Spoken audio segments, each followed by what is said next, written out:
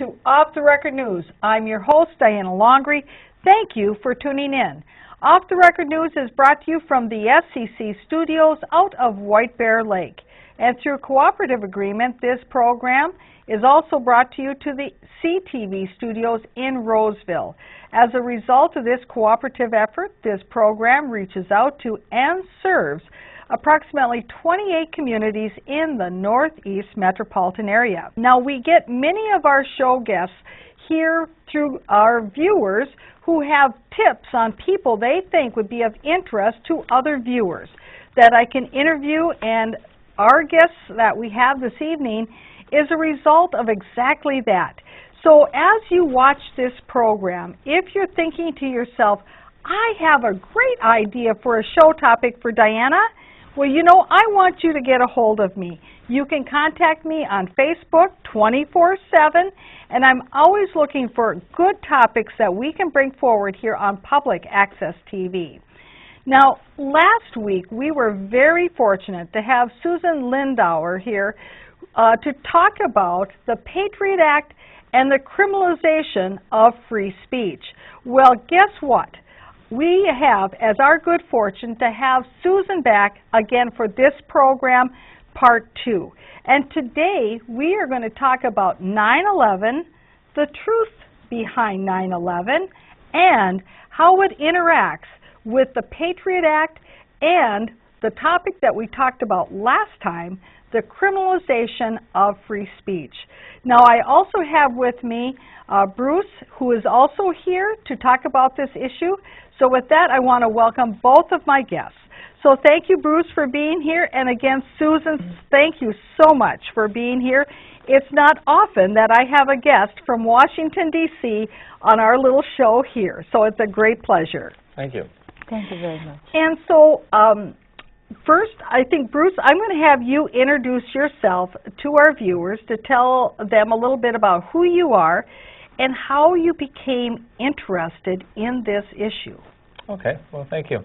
My name is Bruce, and I'm a citizen of this country, a very proud citizen. And I'm part of a large and very growing number of citizens who exercised our First Amendment right to take a second look at the official version of 9/11. And it often seems like it's kind of a controversial thing, but it is within our rights. And I learned some things actually in a coffee shop, not on the news media, which is where I would expect to be informed. So it was on July 12th, 2006. I was in a coffee shop. A woman was showing a film. I happened to decide to sit in on it. And it was at that point that I learned that there was a third building that collapsed within the World Trade Center complex on the very same day.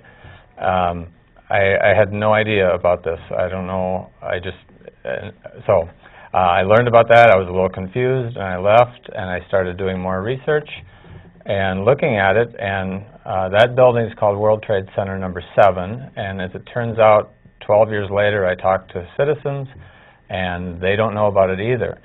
So there's a group in town, Minnesota 9/11 Truth. The website is mn911truth.org, and it is like many groups all over the nation. And we are just taking a second look, setting emotion aside, which is important. We use laws of science and to take another look at, and factual evidence to take a look at it. That's great, Bruce. And I like it that you're talking about putting emotion aside and looking at the facts and using critical thinking in trying to determine what is the fact and what is the fiction. Because I think so often the mainstream media is looking to focus on emotion and the fear of us being unsafe and saying, well, you know, you have to give up some of your freedoms in order to have safety. And you see, that's an emotional issue. That is not necessarily a fact-based issue, or a critical thinking has been applied to how do we really approach security and national security. It's really more emotion-based. So I'm really glad that you have called that out. Yeah, and it's important, and I think in the very moments of 9/11 as it was happening, it was extremely emotional to watch that on the television, and it was really hard to really think about anything else. And then there was also politics involved in the investigation. So really setting those aside and just taking another look, and we all agree that citizens should make their own decisions, but they should be looking at all of the evidence that's available to them. And as it turns out, there's a lot of evidence that is available, and we're going to show that today and let you know where you can look for other things, and then make your own decision. But please do it based on scientific fact. Exactly, that's great. And I'm just thinking to myself and our viewers, I'm sure if they think back, they can remember where they were when it happened, and that they can see how it really was emotion-based. I remember where I was. I was actually in an elevator, getting ready to go into an elevator to go to work. Yep. It was actually primary election day in Maplewood. It was the first time that I'd run for city council, and I was worried about whether or not I was going to make it through the primary because there were 13 other people running. But I'll tell you, all of that was really in the shadows after you heard what was going on. That's right. In New York. Now, Susan, of course, you were here last week, and you told the viewers a little bit about who you were, but we probably have some new viewers this evening. So go ahead and tell us a little bit about who you are. Of course, we know you're from Washington, D.C., but you have a very fascinating story that I want to give you the floor on. Well, thank you very much. And I'd like you to know that across the country, there is a wide groundswell of determination to get the facts about 9/11. And I happen to have firsthand knowledge of the events leading up to 9/11. I was the chief asset covering Iraq at the United Nations for the CIA and the Defense Intelligence Agency, and my focus was anti-terrorism. And throughout, I had started contact with Iraq and Libya in 1995 and 96, and I had been working, by this time I was very heavily involved in anti-terrorism. I'd worked on every terrorism investigation under the sun. And I had an extraordinary experience, which is what connects me to the 9/11 community. I actually learned about the 9/11 attack in April of 2001, several months before the attack. And I learned about it from the CIA. My CIA handler, Dr. Richard Fuse, summoned me to his office. He told me he had a very important message that he wanted to communicate to the Iraqi diplomats in New York. And he wanted me to go deliver it immediately, and he wanted me to come see him right away so that it could be communicated as rapidly as possible. And I went to I was, of course, very intrigued, but I was used to being a back channel at this stage. And I had done this many times before, so in other words, you're sort of like the human text message. Yes. Yes. That is a very good way of looking at it. Yes, absolutely. That's a very good way of looking at it. And exactly, very good. And he came, I went to his office, and he told me that he wanted me to tell the Iraqis, this was April of 2001, that we were seeking any fragment of intelligence involving airplane hijackings and a strike on the World Trade Center. That we were expecting there to be some kind of conspiracy where the airplanes would be used to launch sort of an aerial attack on the World Trade Center. They knew exactly what was going to happen, and I was supposed to go up to the Iraqi embassy and ask diplomats if they had uncovered any information that would help us pinpoint more details about this attack. And I was supposed to tell them that if they failed to give us this intelligence, and if it was discovered they possessed the intelligence and did not give it to us, then the United States would launch would bomb them back to the Stone Age harder than they'd ever been bombed before. Well, I had been dealing with the Iraqi embassy for many years at this point, and I had a diplomat, sort of a quasi-diplomatic background, relationship with these people. There was no reason to threaten them because they were always forthcoming whenever they had anything. So I went up to New York and I said to them, you know, please send this back through diplomatic cables.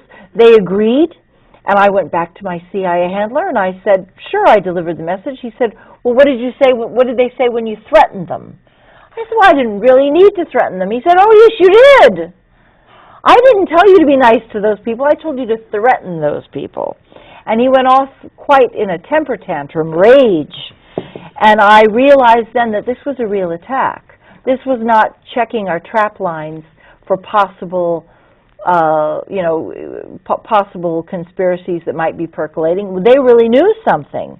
And he told me to go march right back up to New York and tell the Iraqis that the threat originated from the highest levels of government, above the CIA director, and above the Secretary of State. Now, this is a human text message. When you're an asset and you get a message like that, you do not change a word of it. Mm-hmm. This has been thought out. The precise wording has been hammered out in advance, and that is the message. Well, yes, but because that's part of the strategy, yes. Isn't it? I mean, these people are not just doing things willy-nilly. Mm-hmm. There's a lot of forethought.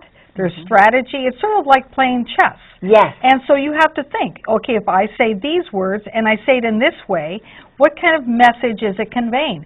Much like, well, political campaigning and messages that you send out or that the media uses or that they even use in commercials to have you sell or buy the soap that they're selling. Yes. It's all crafted. The words are crafted. And the words matter very mm-hmm. much. Mm-hmm. And in this case, the words mattered enormously because they communicated something to the Iraqis that they recognized immediately.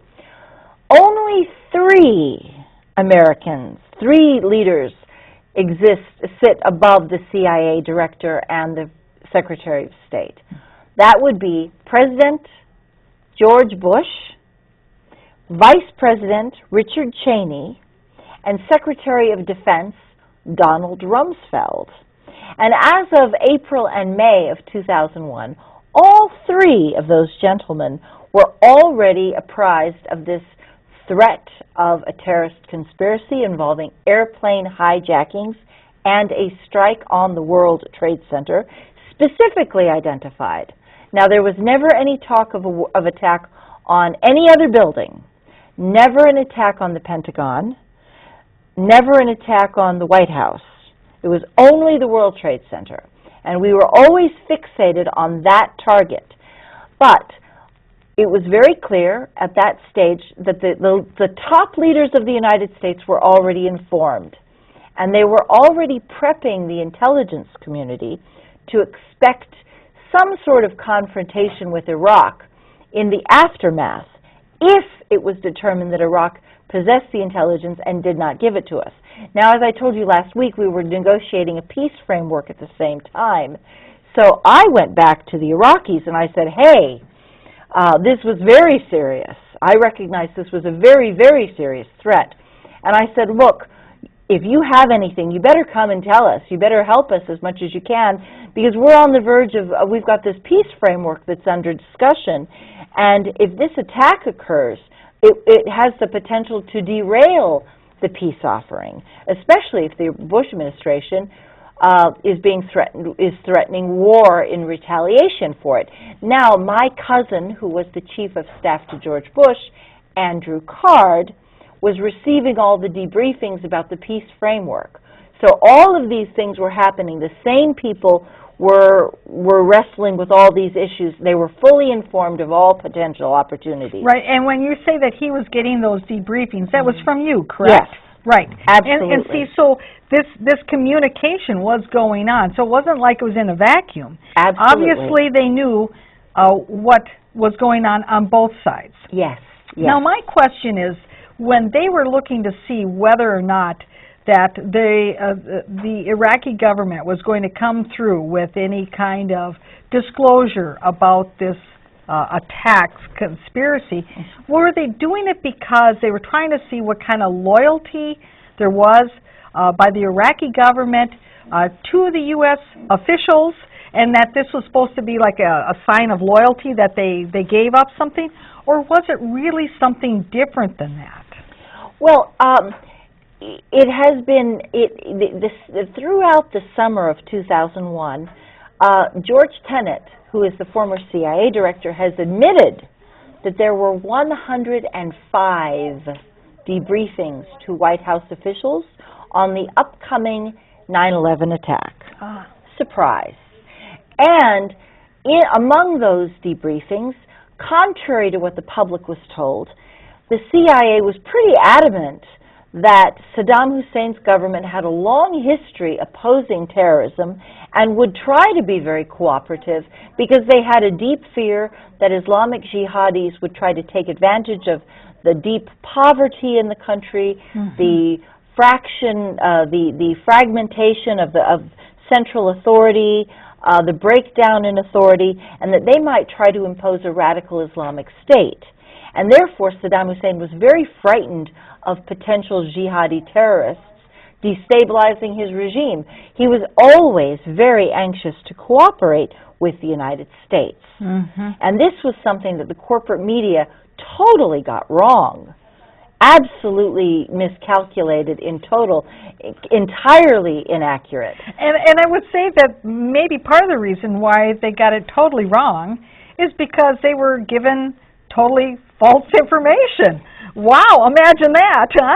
Yes, yes. And they didn't apply that critical thinking that Bruce has been talking about here to say, well, now, if I know this particular fact and I know this fact and they seem inconsistent with each other, maybe I should ask another question. Yeah, and that's one thing she talked about is this sort of pre-knowledge, and actually there's about a 10-point checklist of things we know when buildings are going to come down, because we sometimes take buildings down intentionally.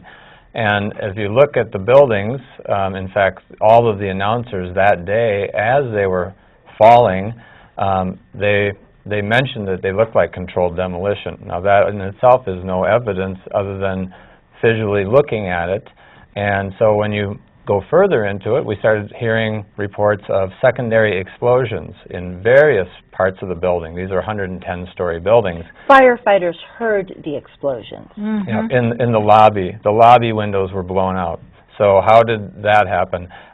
80th floor, 20th floor, 30th floor. 119 people testified to the commission report about secondary explosions, for example, and none of that testimony was included.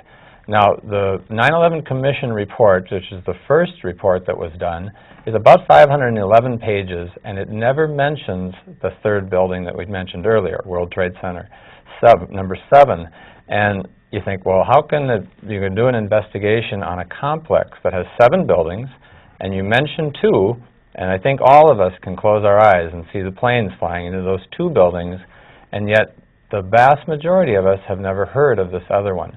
So we have an investigation, and what it appears is that we came up with a very low probability of being correct. And when you do an investigation, you put things together, you try to repiece it together, and then you say, well, you know, what do we think happened? That could be an airplane crash, a car accident, a crime that's committed. Police do that all the time. And so it really looks like what they did is they ignored any evidence that didn't kind of support a predetermined outcome. And that's not how investigations are going to be. One more thing real quick is there's a firefighter that does a press conference that's 8 minutes long. You can watch it online. His name is Eric Lawyer, and Firefighters for 9/11 Truth. And he holds up a manual and he says, when a building burns, there's a process. So no matter where it is in the country, we do the same process. And we look, and one of the first things they do is they look for what's called accelerants.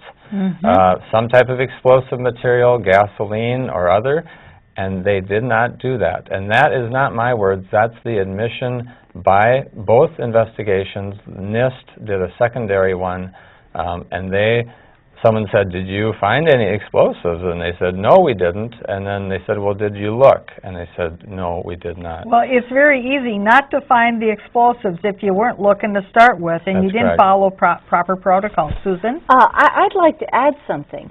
From the get-go, by about June of 2001, we were having constant conversations about this upcoming attack.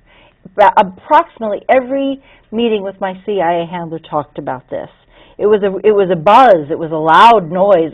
There was a lot of chatter in the intelligence community, and every single conversation acknowledged that there would be we expected airplane hijackings, plus we thought a miniature thermonuclear device that would be used. We never believed it would only involve airplanes. We always expected some sort of major explosive, military-grade explosive, to the point that we speculated it would be not a mushroom cloud nuclear device, but there are degrees of this, suitcase bomb kind of things. And that's what we thought would happen. We always expected the towers to come down. We were always prepped to believe that the airplanes and the bombs would be synchronized together. So the towers, when I saw 9/11, it was exactly what I had been told was going to happen. Mm-hmm. And yet, I know that the viewers out there, they're thinking to themselves, well, if the intelligence was there that knew in advance that all of this was going to happen, or somewhat similar event might happen, why weren't precautions taken to evacuate, to have at least alerted people to what was going on? All these people who died, all of the public safety people who went to their aid who died, or who now have medical consequences of the fact that they were in the vicinity and inhaled all this stuff. I mean, there's a lot of questions that people could be asking about the loss of and destruction of so much that happened because nobody was ever warned. Well, I would like to answer that, and that is the reason why the 9/11 story, the official 9/11 story, has been crafted the way that it is. It is a lot of your viewers will be upset to hear this. It is a propaganda story to obfuscate truth, deliberately confuse the public, and to prevent exactly those questions from being asked, because the government does not have a satisfactory answer. I will tell you. Well, because everybody was actually expendable for letting this happen, is my opinion. And by letting it happen, it helped to preserve other power structures that were in place within the government itself and other objectives that the government had. Yes. And that's what I would propose. Well, I will tell you what another action that I took personally, and again, I know this is going to upset your viewers. I realize that outside the 9/11 Truth community itself has a great, vast wealth of knowledge on these issues and have studied the science and the engineering intensively. We have a video we'd like to play you in a moment. But I would just like to preface it by saying that on August 2nd, this is what actually happened. These are true events. These are not something that somebody told me they did. It's what I did. On August 2nd, I had a conversation with my CIA handler about the nomination of Robert Mueller to head the FBI. And I said to Richard Fuse, oh my goodness, if there's ever anyone who will compromise a terrorist investigation, throw a terrorist investigation to help out politicians, it's that man, Robert Mueller. And I was convinced. We actually had an animated conversation on how Robert Mueller would hide the events in the coming terrorist attack involving airplane hijackings and a strike on the World Trade Center. Had an elaborate conversation about this very point, and that he was the ideal man for this terrible job. Now, that was not satisfactory to us, and I want the public to know that even though there were some bad guys, there were some other good guys, and there were good bureaucrats, but we were in the bureaucracy level. We were not at the top level. We did not have the authority to command. We did not have command authority to make it happen. But we decided that we would try to reach out to Attorney General John Ashcroft. And we would reach across the table, and I personally made a phone call to his office, to the private staff of Attorney General John Ashcroft, and I personally requested that they put out what we call an emergency broadcast alert across all federal agencies requesting any fragment of intelligence involving airplane hijackings and a strike on the World Trade Center, known target. We expected an imminent attack and mass casualties. We expected thousands of people to die, and we expected a possible thermonuclear device to be used, and that was what we targeted. When we say thermonuclear device, I'm willing to concede it could have been a different type of explosive. The point is, we expected both. We always expected both, and we were looking for both.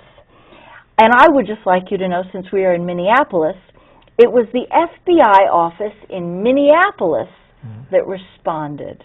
And they deserve some kudos for this, because even though they could not tell you why, because some things are classified, they responded to the emergency broadcast alert across all agencies with news of, they paid attention.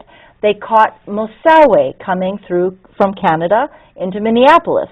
And they sent a request back through John Ashcroft's office and the Office of Counterterrorism, and they asked for permission to crack open Mosawe's computer.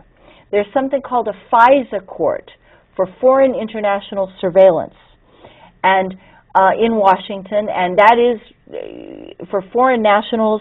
If you suspect criminal activity, then you go to this, you file a special papers, and to Minneapolis, the FBI in Minneapolis, great credit, they did this.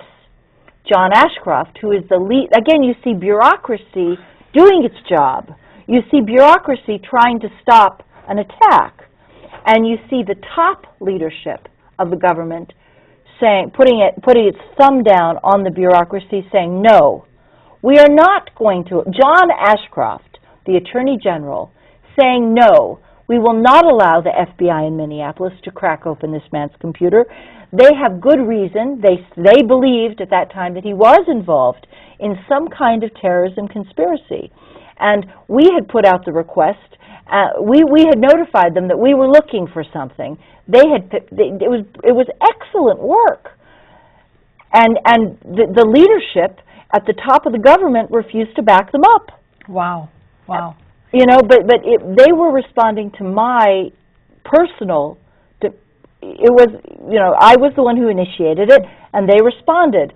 And it's less important that everyone should know my name, but the process worked. The intelligence community put in the call for action. The law enforcement responded to the call for action, but the leadership stopped it from happening. Wow, that is incredible. And yet I think our viewers, when they're hearing this story, they're thinking to themselves, man, that goes on every single day, that you've got one arm of government doing its job, going through the process, doing what their duties are, and then you have some other process or some other arm of the law or the government that is actually trying to impede what is happening over here. And in the end, nothing really effectively gets done at all. Yeah. Go ahead, Bruce. If I could talk a little bit about the conversation, and I really appreciate having this conversation, because oftentimes it's stifled right away, and we get called lots of different names. I have been called several names by people that don't really know me, but one common one is a conspiracy theorist. And I'm not a conspiracy theorist. I basically looked at the facts. I had the open-mindedness enough to do that.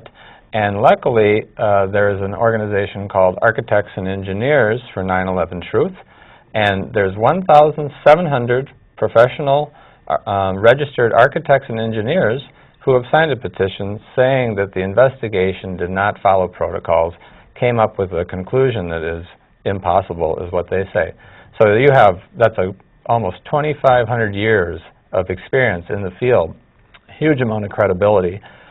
Then there's also 80,000 New York citizens who signed a petition saying we should put it to a referendum for a new investigation.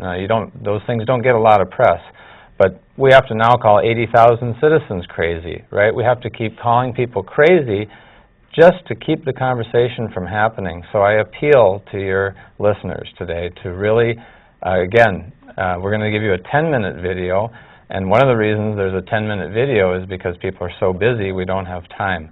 But if you think about what happened after 9/11, we changed our Constitution. The Patriot Act was enacted. We invaded 2 countries. It cost us $1 trillion or more. Lots of people's lives, millions of people's lives have changed. A major part of our history. We should be able to take an hour or two to take a second look at that. And we're going to give you just a little taste of it with a 10-minute video from architects and engineers for 9/11 Truth. There's one other website called patriotsquestion911.com. And if you go on there, you'll find military people, law people. There's hundreds and hundreds of people that we just can't call them all crazy. Ex-director of the FBI, all kinds of people. So check that out. But you make the decision. And I think that might be a good intro to our 10-minute clip. Very good. Well, let's take a look. We have this video, as Bruce has indicated. And as you're watching this, think about what you've heard so far. And then also think about the changes that we've undergone in our country. Last week, we talked about the billions of dollars that are spent on domestic surveillance. Now, why is it that suddenly we have all this domestic surveillance? And it's only because of the events of 9/11 and the Patriot Act that is the little child of 9/11. So, as you're watching, think of all these issues.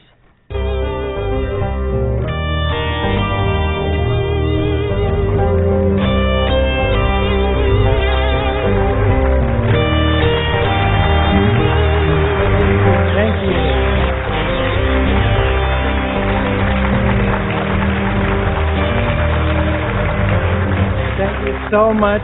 My name is Richard Gage, AIA. I've been a practicing architect for 20 years, and I'm a member of the American Institute of Architects. Let's take a look at World Trade Center 7 now. It was 47 stories tall, what would have been the tallest building in 33 of our states. It was not hit by an airplane. Let's take a look at the evidence of World Trade Center 7 and see how it stacks up against the typical features of a controlled demolition, starting with, is there a sudden onset of destruction? Let's listen to this emergency word. We were watching the building actually because it was on fire. The bottom floors of the building were on fire, and we heard this sound that sounded like a clap of thunder. Turned around, we were shocked to see that the building was, it looked like there was a shock wave ripping through the building, and the windows all busted out, and it was horrifying. And then, about a second later, the bottom floor caves out, and the building followed after that, and we saw the building crash down all the way to the ground. Do we have a straight-down symmetrical collapse into the building's footprint? Let's listen to Dan Rather narrate this collapse for us as we take our first look at the collapse of Building 7. Now we go to videotape the collapse of this building.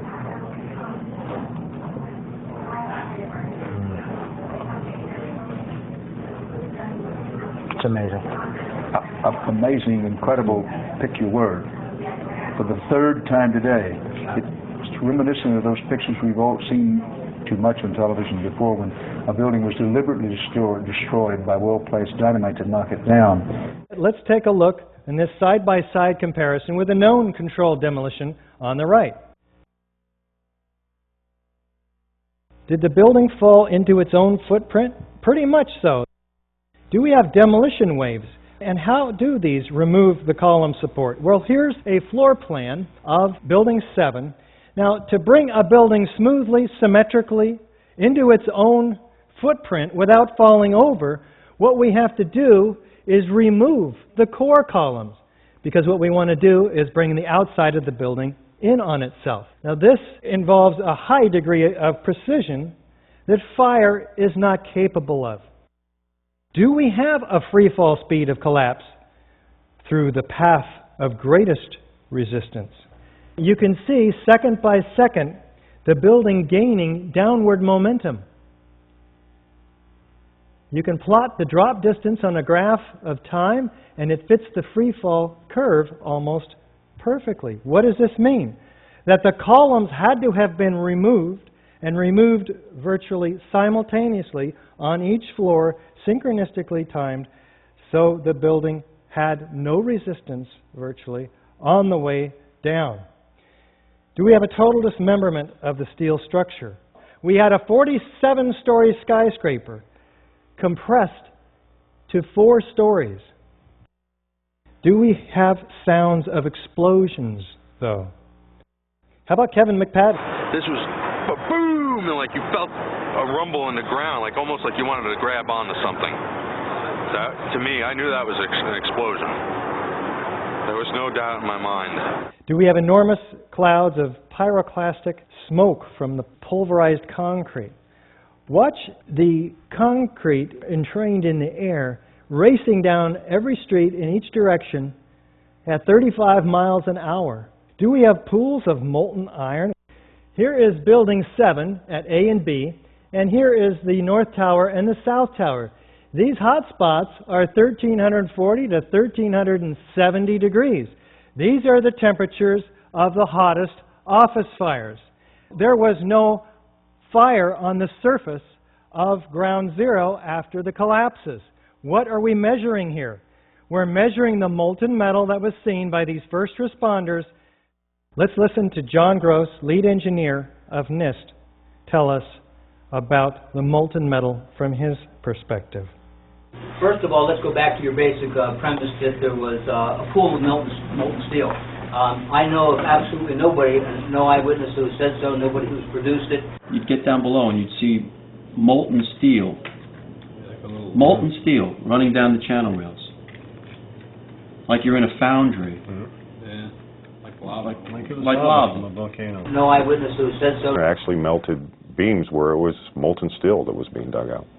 No eyewitness who said so. Underground, it was still so hot that molten metal dripped on the sides of a wall. Nobody who's produced it.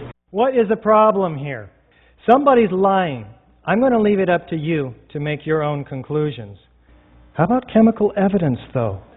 What produced all this molten metal? And what is thermite anyway? Thermite. An incendiary used by the military, thermite is a compound of iron oxide and aluminum, which when ignited sustains an extreme heat reaction, creating molten iron. In just 2 seconds, thermite can reach temperatures over 4,500 degrees Fahrenheit, quite enough to liquefy steel. Dr. Stephen Jones performed chemical analysis on the previously molten metal. Dr. Jones received no less than 4 separate samples of World Trade Center dust, some of it from Jeanette McKinley's apartment across the street, where the windows blew in and filled her apartment with dust. Another sample was found like 10 minutes later on the Brooklyn Bridge. Well, he takes this and he puts a magnet over it, and he finds that there are small particles that come up to the magnet. Some of them are angular, some of them are round. They look like this. If you had thousands of cutter charges going off in the columns and beams throughout the building, and they were under this incredible pressure, what you'd see is something like this. Tens of thousands or millions of tiny droplets. What's the shape of those droplets? When a liquid is dispersed like this, its surface tension forms itself into almost a perfect sphere. Would there possibly be any unignited thermite pieces in the World Trade Center dust? Indeed, he finds it. It also comes up to the magnet from his dust samples. Many chips. This one, a 1/16 of an inch long, red on one side, gray on the other. The red side is composed of tiny iron oxide particles and aluminum. The Lawrence Livermore Lab came out with papers only a year or 2 ago about this stuff.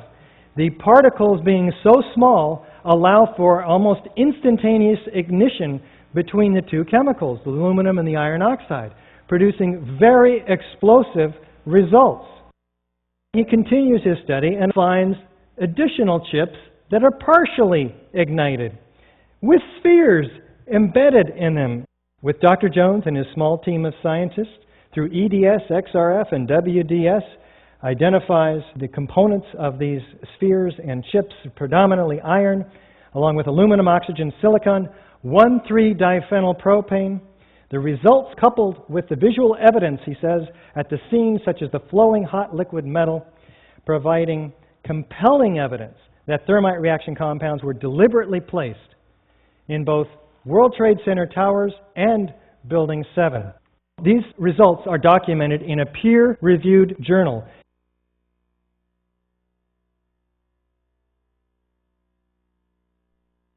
Let's listen to what FEMA did conclude, because it is interesting. Evidence of a severe high-temperature corrosion attack on the steel, including rapid oxidation, sulfidation, and subsequent intergranular melting. Very interesting. Remember, office fires don't melt steel. What melted this steel? Capable of turning a solid steel girder into Swiss cheese, like this former wide flange column from the structural steel in Building 7. Now, they document this very carefully in their Appendix C. I believe we've shown that Building 7 matches all of the features of controlled demolition in the classic sense. Thank you so very much.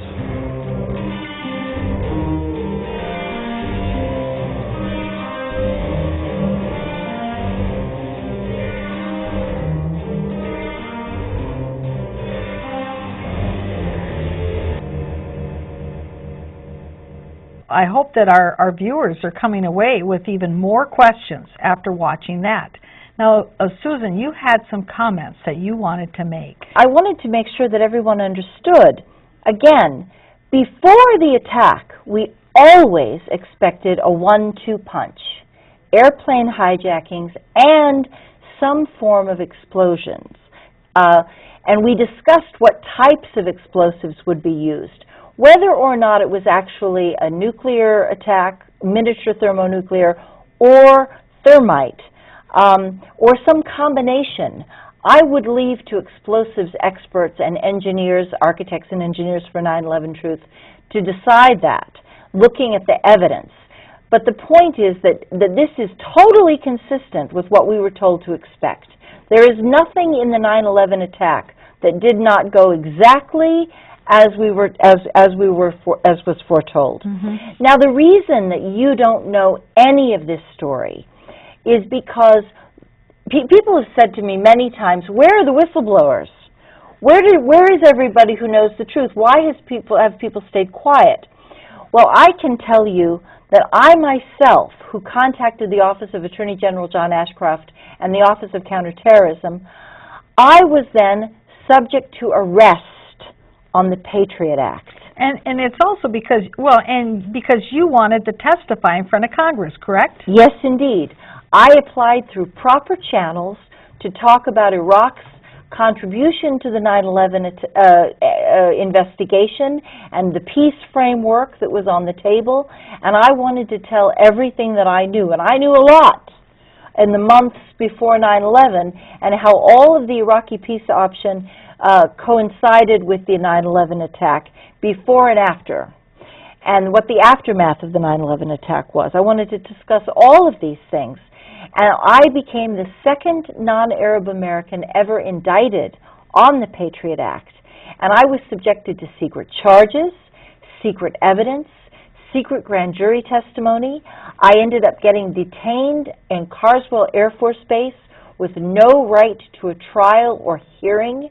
The government... And you were not free to leave either. And I want our viewers to realize that while you were there on that Air Force base, that you were actually imprisoned. In prison. That you could not leave of your own free will. You couldn't say, okay, I've given up, and then can I go home now? No, you were stuck there, and you did not have any hearings, and you had no idea how you would ever get out. Absolutely. The government petitioned for the right to detain me up to 10 years, indefinite detention, with no hearing. I mean, imagine that. that the government wouldn't even refuse to allow me to have a hearing to protest the detention, and then on top of it asked to detain me indefinitely up to 10 years. Mm-hmm. It was the most terrifying experience of my life because I was held on a military base. I was not allowed to have access to an attorney. We actually had to have U.S. Marshals standing by to force the military to allow my uncle, who was an attorney with 40 years in the law, to come onto the base to see me, and I had to take family help because I had a public defender who was so frightened of this case, so overwhelmed by the national security challenges that he threw in the towel and didn't do anything. He was essentially incompetent to represent me. But it's a very frightening story, and I lived through the cover-up of 9/11, and it's very important to know that my witnesses were not passive. Witnesses who phoned the Bureau of Prison and immediately confirmed the 9/11 warnings, and they said, look, Susan's telling you the truth. She did warn about 9/11. We know she warned about 9/11, and you're not going to get away with this. And eventually, there was so much pressure from internet media, the blogs and internet radio. The corporate media blocked out the whole story, but the blogs took it up, and they created such blowback that the court decided they had better let me go, because it was causing calling more attention to the cover-up of 9/11 that I was being locked up in prison and denied a hearing. But there was still this witness on the outside who was willing to talk to the press on my behalf, and he knew everything I'd said. And so if they didn't let me go, this was going to become, eventually this was going to percolate up to the corporate media and it wouldn't be ignored anymore. Mm-hmm. So the government was trying to save face. But I was held for a year in prison. And then after my release from prison, the government still refused to drop the charges against me. And I ended up being under indictment for 5 years, fighting for a trial or a hearing. And actually, and also left with no way to clear your name and your reputation, because, you know, on the one hand, you had information that you felt was very important for the public to know, to be that whistleblower, and yet then there's the Patriot Act, which is being used to silence people who want to freely speak about what is happening. And then, on the other hand, while they're keeping you quiet, they're ruining your reputation so that when you do get to speak, now it's like, well, you know, it's that, you know, it's Susan. It's Susan. Well, and so that's right. You see, and that's so right. now you're left with no way to be able to have credibility, to be able to expose what happened and what the truth and the history is, reality, and you know, it's a very hard situation. I can see for somebody in your position. It is. Well, here is the good thing. The good thing. The silver lining. The attack was so outrageous. The government went to such extremes in describing me, in creating a caricature of me, that as soon as I was able to open my mouth on my own after my indictment was dismissed, people began to say, wait a minute, there's a huge disconnect between what the government has made up, the story the government's made up about this woman, and what she's really like.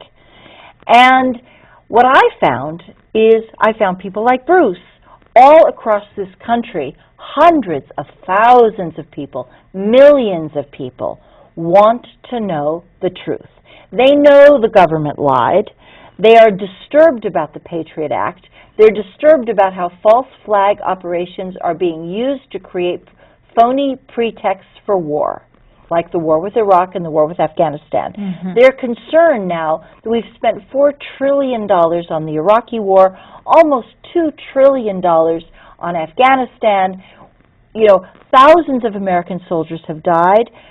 Tens of thousands have suffered very grievous injuries who are not even being counted as casualties.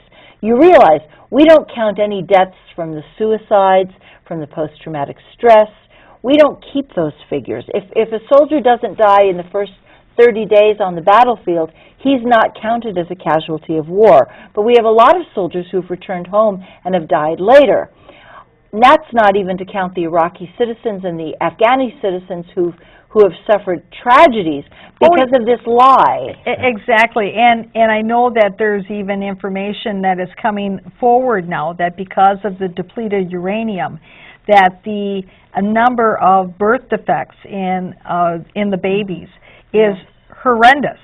It's 14 times higher than the birth defects that were experienced by the people in Japan as a result of the bombs that went off in World War II. So this is horrendous. This is the kind of thing that people aren't hearing in the mainstream media because, quite frankly, the mainstream media in many respects is hand in hand, glove to glove with the government because that's who their buddies are. Yep. You know, go ahead, Bruce. Yeah, if I could chime in. So the troops went over and are fighting for our freedoms. Our freedom, the First Amendment right to have this conversation without fear. And yet, on the other hand, we pass things like the Patriot Act, the National Defense Authorization Act, which many people are not aware of.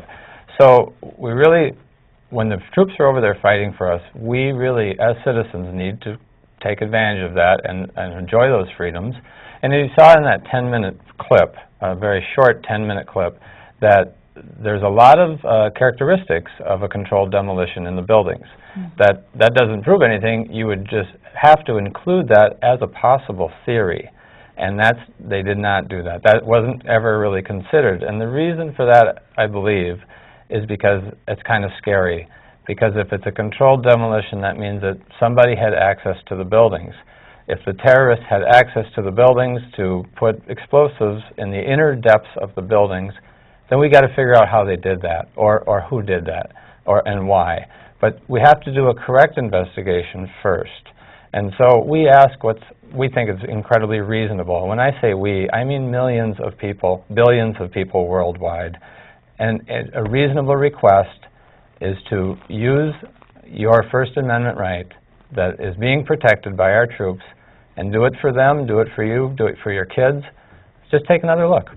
Just take another simple look at it and make your decision. There's all different types of films out there. Read the commission report yourself. Kind of look at both. I know that's a lot to ask a citizen to do. That's why we boil it down to 10 minutes. But the other thing, if you think about all this, is I look at my health care, and I just read the Time magazine on health care, and you know, where is all our money going? We spend a lot. We spend a lot on wars that don't need to be fought, and that is a real problem for this country. It is, indeed, and I think that many of our viewers will totally agree when I say that oftentimes the priorities of their bureaucrats and the people in power are very different than the priorities of all of us that are regular citizens sitting around this table, sitting and watching public access TV, that the priorities are not in sync, that our priorities are not the priorities of those in power. And the citizen says, well, how do we get our priorities to be their priorities? Well, one of the best ways, of course, is being an inquisitive citizen and saying, okay, now I hear this story, I hear that story, and I'm going to go that extra mile to find out other additional information, to look beyond just the mainstream media story that is given to us. Susan, you mentioned propaganda, and I think so oftentimes that's exactly what we hear. We're so used to the bullet points, the little blips of information that really are, again, the words are crafted in such a way to yield a particular result. And I'd like to say that there's actually a term for it in intelligence. It's called a false flag operation. And that is an operation that's staged, a cover and deception operation, which is pretty much what 9/11 turns out to have been, if you want the truth. If you want to go all the way and say it out loud, it was a cover and deception operation, like a magician's trick. All eyes were on the airplane hijackings on the left, but the real action that brought down the towers was the controlled demolition. The government had motive and opportunity. They'd already decided to go into Iraq, And they had the opportunity, they had 6 months to get the building ready so that at whatever time, whatever day the hijackings occurred, they would be able to respond by demolishing the towers. That's what actually happened, I believe. But it's a false flag operation, and it's like the Gulf of Tonkin that got us into Vietnam. Those who do not know history, who do not understand history, are doomed to repeat it. And we are now facing a situation where the world could easily be pushed into World War III with Iran. And I know I take great comfort that former Senator Chuck Hagel is now the Secretary of Defense, the first active soldier who served in a war in Vietnam, grunt soldier, who is now running the Pentagon as opposed to these civilians who have never gone to battle, who don't know what it's all like and what it's about, who've never watched a man die or have killed a child or watched a building get blown up and family lose everything they've got, or seen the world destroyed. We finally have somebody who's fought in a war, who's now running the Pentagon, who's going to, I believe, is going to take care of American soldiers and think about the consequences of war for them. But the number one way that always is attempted to force a country into war is false flag terrorism. And a staged event, and I believe that we must be educated about 9/11, and you really need to understand, in my opinion, it's not just a matter of history 10 years ago. You need to understand how you are being manipulated, because they're going to do it again. And it is not, you can say, who are they? They are a shadow, yes. They are spooky people. There are lots of very good bureaucrats in Washington who are committed to doing their fullest and their best to try to stop these kinds of things. But there is great fragmentation in the intelligence community, and a covert op easily can push a country into war. And that's what's going to happen again. Unless that's why you need to know about 9/11. Yes, and I should mention, because we only have about 2 minutes left, is that for our viewers who didn't catch you last week, that you've written a book. And so quickly tell us the name of your book, and we'll put it up on the screen as well so that people can go to Amazon. You can buy Extreme Prejudice, The Terrifying Story of the Patriot Act and the Cover-Ups of 9/11 in Iraq. It goes inside the Iraqi embassy and inside prison on Carswell Air Force Base. It's a personal memoir, not an academic scholarly book. It's for all people to understand our history, I hope. And please check it out on Amazon and Kindle. Very good. Well, I'll tell you, this has been such a great show. It's so fascinating for me, and I wish we had another hour. But I want to thank both Bruce and Susan, both of you, to come forward to talk about this with the viewers. Thank you. Yes, and for our viewers out there, thank you for tuning in to this episode of Off the Record News. We'll see you again next week. Bye-bye.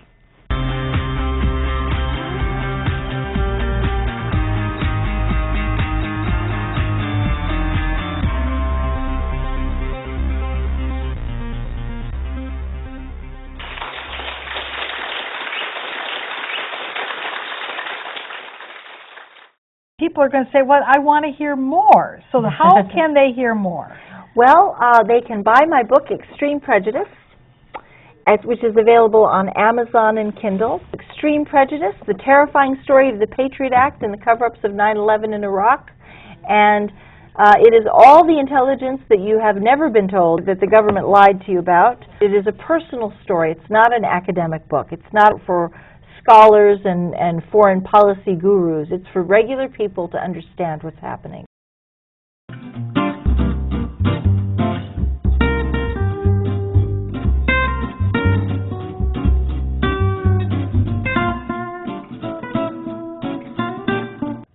Are you concerned about peace, justice, and jobs?